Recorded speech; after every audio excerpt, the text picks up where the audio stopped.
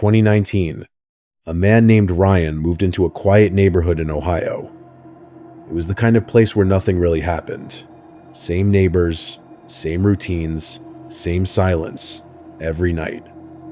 Right next to his house was another one that had been empty for years. The lawn was overgrown, the windows were always shut, no lights, no movement. Ryan asked about it once. A neighbor told him, "It's been like that for a long time. No one stays there." That was enough for him. At first, a few weeks after moving in, Ryan started noticing something small. At night, he would sometimes hear a faint tapping sound. Not loud, not aggressive, just consistent. Tap, pause, tap. The first time it happened, he ignored it. Probably branches or something hitting the window. But the second night, it happened again. Same pattern, same time. Around 2 a.m., Ryan got up and checked outside. Nothing. The empty house sat quietly next door. No lights, no movement. He went back to bed. But over the next few nights, the tapping continued. Always around the same time. Always the same pattern. Eventually, Ryan decided to stay awake and wait. At exactly 2:07 a.m., the sound started again. This time, he walked slowly to the window. And that's when he noticed something different. One of the windows in the empty house was open. He was sure it had always been closed. Ryan stared at it, trying to remember if it had ever looked like that before. Then, something moved behind the window. A shape, tall, standing still, watching him. Ryan stepped back immediately. His heart started racing. The figure didn't move again. It just stayed there, barely visible in the darkness. The next morning, Ryan called the police. They checked the property. Every door was locked. No signs of forced entry. No footprints. No one inside. But the officer did say one thing before leaving. "That window you mentioned?" Ryan nodded. "It's locked from the inside." Ryan didn't sleep well after that. And a few nights later, the tapping came back. Only this time, it wasn't coming from outside anymore. It was coming from inside his house.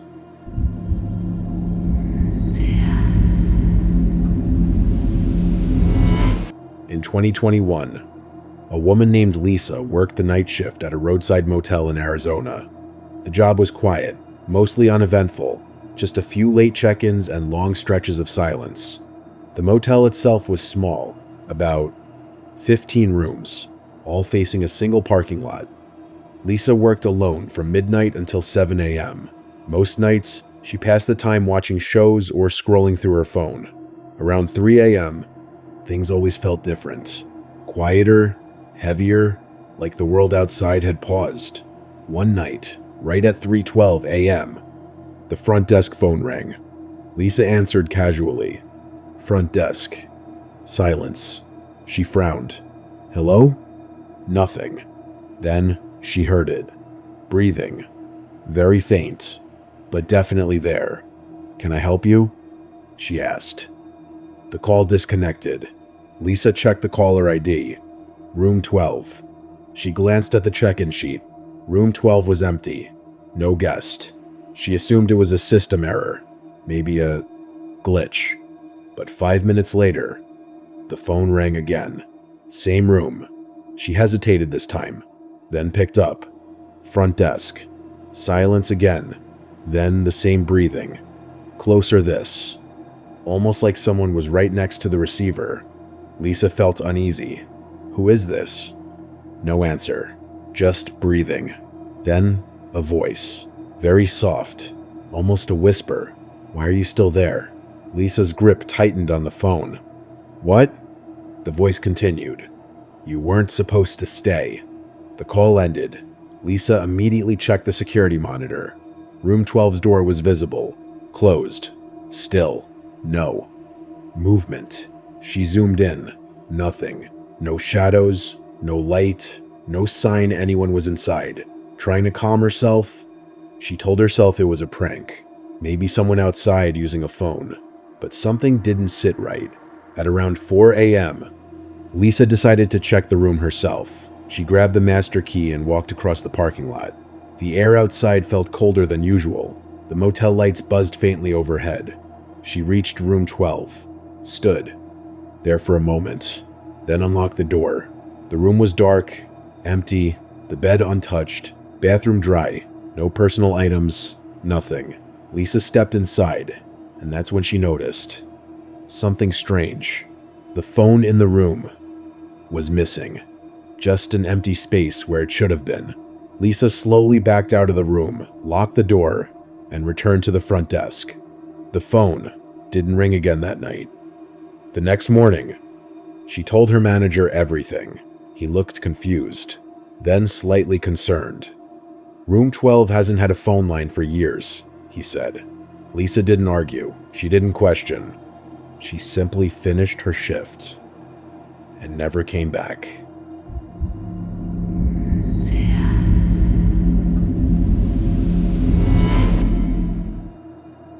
Most people have had this experience at least once.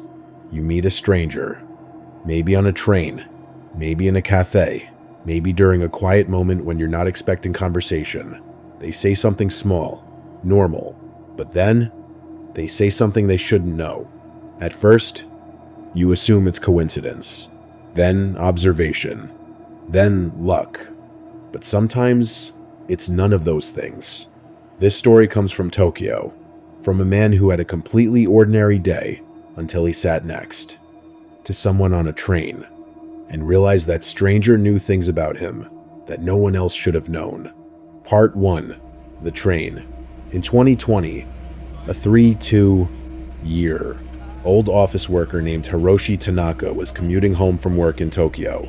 It was a normal evening, around 7:30 p.m., the kind of time when trains are crowded, but not overwhelming. Hiroshi worked in an accounting firm.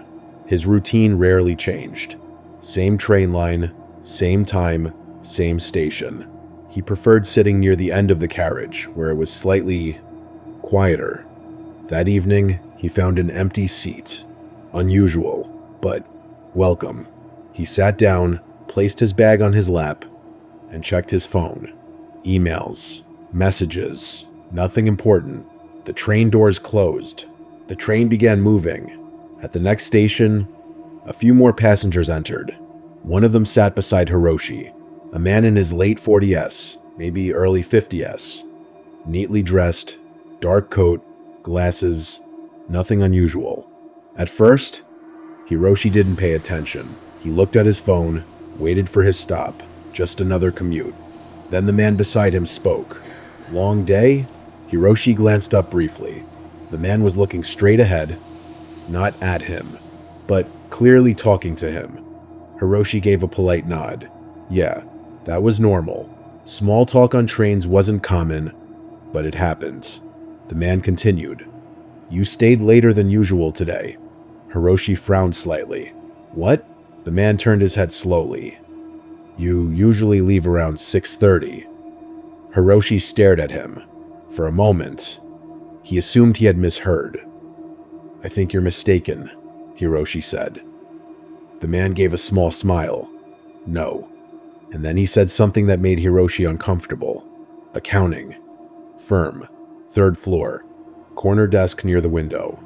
Hiroshi's expression changed. How do you know that? The man didn't answer directly. Instead, he looked forward again. You don't like that desk, he said calmly. Too much glare in the afternoon. Hiroshi felt a strange tension building in his chest. Do you work in the same building? The man shook his head. No. Then how? You've been thinking about asking for a different seat. Hiroshi went quiet, because that was true. He hadn't told anyone. Not his coworkers. Not his manager. It was just a small thought he had kept to himself. The man finally turned to look at him again and said quietly, But you won't. Part 2. Too much information. Hiroshi shifted slightly in his seat. Something about the conversation felt wrong. At first, he tried to rationalize it. Maybe the man worked in a nearby office. Maybe he had seen Hiroshi before. But then the man continued speaking. "You skipped lunch today." Hiroshi's eyes narrowed. "I wasn't hungry," he said cautiously. The man nodded. "You rarely are on Wednesdays." Hiroshi felt a chill. "That's not true." The man tilted his head slightly. "You woke up late." Hiroshi didn't respond. "You rushed to get ready." Still silence. "You almost forgot your wallet." Hiroshi's heart started beating faster, because that had actually happened. He had gone back to grab it just before leaving his apartment. "How do you know that?" Hiroshi asked, his voice lower now. The man didn't answer. Instead, he asked a question. "Do you still take the same route home every day?" Hiroshi stared at him. "Yes." The man nodded slowly. "Station. Exit B." A pause. "Convenience store on the left." Another pause. "You always check your phone before crossing the street." Hiroshi felt his throat go dry. This wasn't coincidence anymore. This was too specific, too detailed. He turned his body slightly away. "Look, if this is some kind of joke, it's not." The man's tone remained calm, almost gentle. That made it worse. Hiroshi stood up slightly. "I'm going to stand." But before he could move, the man said one more thing. "You shouldn't do that tonight." Hiroshi froze. "Why?" The man looked at him, and for the first time, there was no smile. "Because something is going to happen." Part 3. The warning Hiroshi sat back down slowly. He didn't know why, but something in the man's tone made him stop. "What do you mean?" Hiroshi asked. The man spoke quietly. "Nothing major." That wasn't reassuring, but something unexpected. Hiroshi forced a small laugh. "You're guessing?"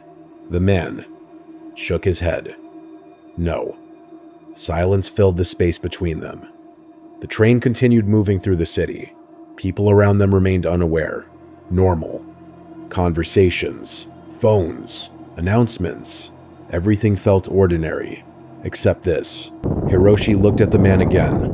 "Who are you?" The man thought for a moment, then answered simply, "Someone who pays attention." Hiroshi frowned. "To what?" The man didn't answer. Instead, he asked another question. "What time do you usually reach home?" Hiroshi hesitated. "Around 8. The man nodded. "And tonight?" "Probably the same." The man leaned back slightly. "Not if you follow your usual route." Hiroshi felt that tension again. "What's that supposed to mean?" The man's voice dropped slightly. "There will be an accident near your station." Hiroshi stared at him. "A what?"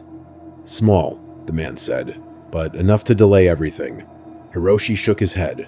"That happens all the time." "Yes." The man looked at him again. "But tonight, you'll be there." Hiroshi's pulse quickened. "And?" The man paused, then said something very specific. "You'll stop near the crossing." Hiroshi's breath slowed. "You'll check your phone." A pause. "You won't see the bicycle." Hiroshi felt a sudden chill. "What bicycle?" The man held his gaze. "And after that?" He stopped speaking. Hiroshi leaned forward slightly. "After that, what?" The man didn't answer. Instead, he stood up. The train was slowing. "Next station." "Wait," Hiroshi said quickly. "What happens after that?" The man looked down at him and said quietly, "That depends." Part 4. The decision. The train stopped. The doors opened. The man stepped out onto the platform. Hiroshi stood up immediately. "Hey!" But the man didn't turn around. He simply walked into the crowd and disappeared. Hiroshi stepped off the train as well, looking around, but the man was gone. Just like that, as if he had never been there. For a few minutes, Hiroshi stood on the platform, trying to process everything. It didn't make sense. None of it did. But the details, they were too accurate, too precise. Finally, Hiroshi shook his head. "It's nothing." He exited the station, walked toward his usual route. Everything looked normal. Streetlights, traffic, people walking home. Then he reached the crossing and stopped, exactly like the man had said. Without thinking, Hiroshi pulled out his phone, checked a message, and in that exact moment, he heard it. A sudden shout, a sharp sound, something moving fast. Hiroshi looked up. A bicycle was coming straight toward him. Too close. Too fast. He stepped back just in time. The cyclist swerved, barely missing him. The bicycle crashed into the curb. The rider fell hard onto the ground. Hiroshi froze, heart racing. The man's words echoed in his mind. You won't see the bicycle. Everything had happened exactly as he said. Exactly. Part 5. The realization. People gathered around the fallen cyclist. Hiroshi stood there, shaken. If he hadn't stepped back, if he had reacted a second later, that could have been much worse. He slowly looked around, half expecting to see the man again, but he wasn't there. Just normal people, normal reactions, normal noise. Hiroshi took a slow breath, and then something hit him. The man hadn't just known his routine, he had known what was about to happen.